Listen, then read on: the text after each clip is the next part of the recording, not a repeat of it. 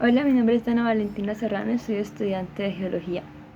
El objetivo de este trabajo principalmente es describir las características del movimiento armónico, ya sea simple, amortiguado o forzado, y describir los factores que lo afectan. Asimismo, implementar el uso de simuladores virtuales que nos ayudarán a realizar una práctica desde cualquier parte en el que podamos observar cómo se comportan estos movimientos bajo los diferentes factores. Y por último, comprender que estos movimientos armónicos no solamente son parte de la física, sino también entender cómo pueden ser aplicados a las diferentes ramas de ingenierías o ciencias, como lo son la geología y la ingeniería eléctrica. Para introducir el tema, quiero hablar de un concepto importante en la física, el movimiento armónico simple.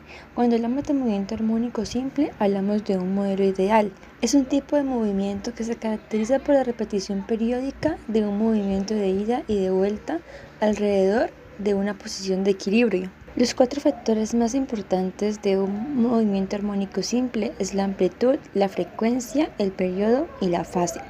La amplitud es la máxima distancia que recorre un objeto en su movimiento oscilatorio.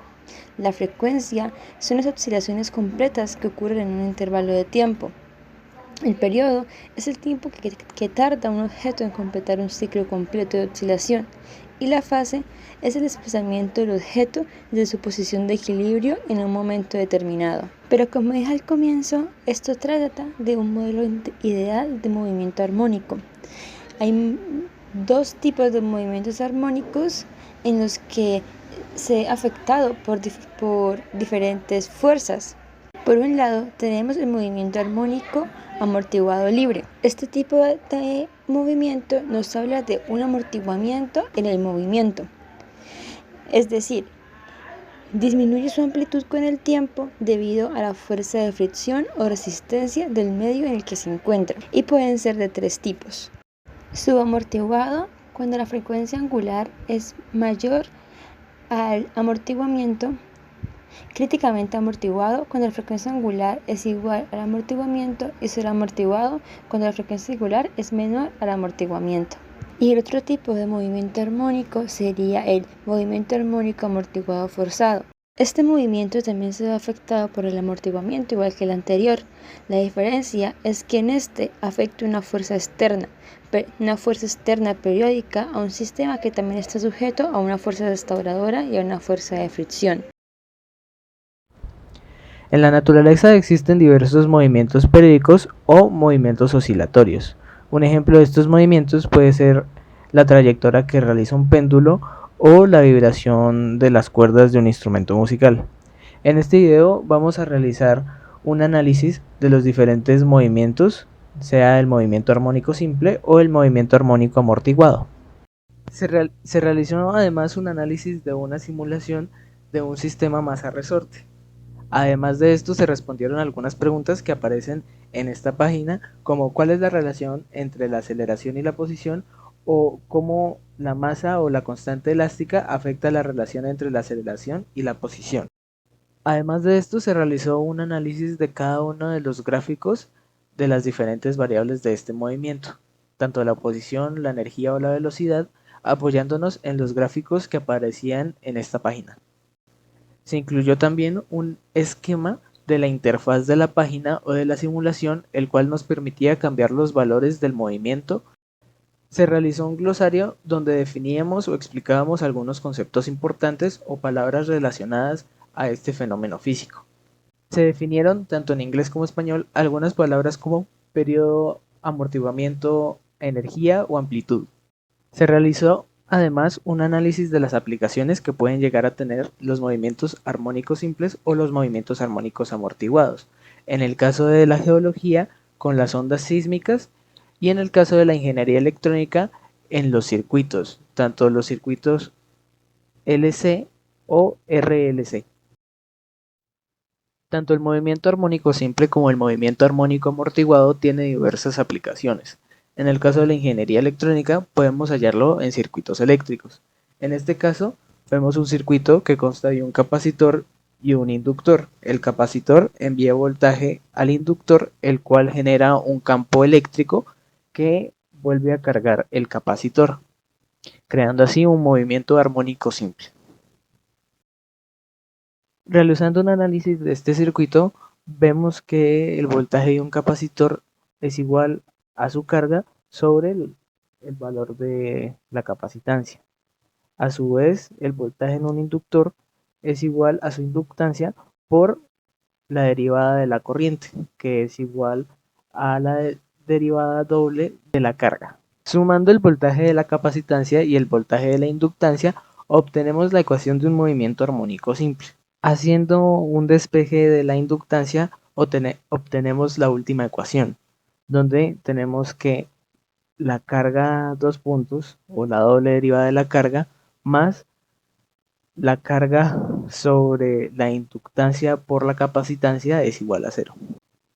Agregando una resistencia al circuito anterior, obtenemos que este circuito pasa de ser un movimiento armónico simple a un movimiento armónico amortiguado, donde la resistencia va disipando el voltaje, haciendo que este disminuya.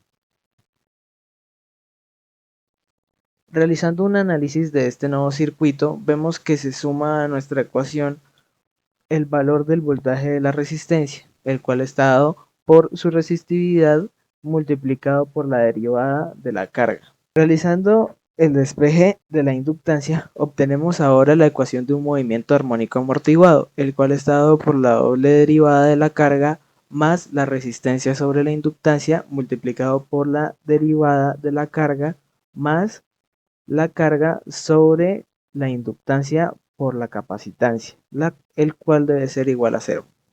Bueno, y desde la carrera que nos compete a mi compañera Dana Serrano y a mí, Eduardo Duarte, identificamos un punto bastante conocido desde el que podemos enseñar un comportamiento oscilatorio.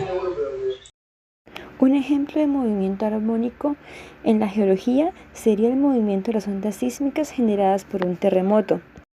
Cuando ocurre un terremoto, la energía se libera en forma de ondas sísmicas que se propagan a través de la Tierra.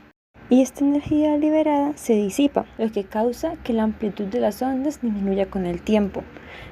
Por esto mismo, sería un movimiento armónico amortiguado libre. Estas ondas pueden ser de tres tipos. Tipo P, que son ondas compresivas con un movimiento longitudinal, son de alta velocidad y baja amplitud, también conocidas como ondas primarias, ya que son las primeras en ser detectadas por los sismógrafos. Tipo S, o cortantes, que tienen un movimiento transversal. Debido a esto no se transmiten en líquidos.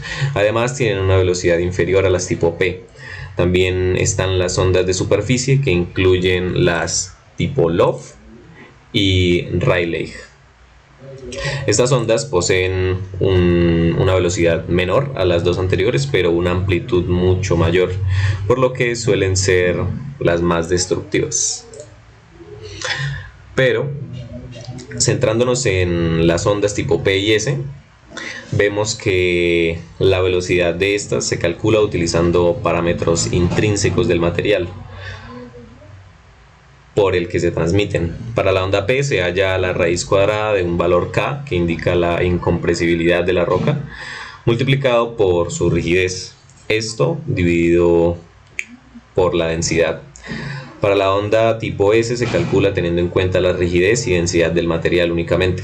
Estas ecuaciones nos recuerdan a las utilizadas para el cálculo de la frecuencia natural de un movimiento armónico, donde se utiliza un valor K, que para un arreglo masa-resorte sería la constante elástica del mismo, sobre la masa, por lo que se puede ver que estamos hablando de un movimiento armónico, y teniendo en cuenta, como mencionó mi compañera, que estas ondas pierden energía conforme se alejan del hipocentro, que es el punto donde se genera la fractura y se emiten las ondas, se trataría de un movimiento armónico amortiguado.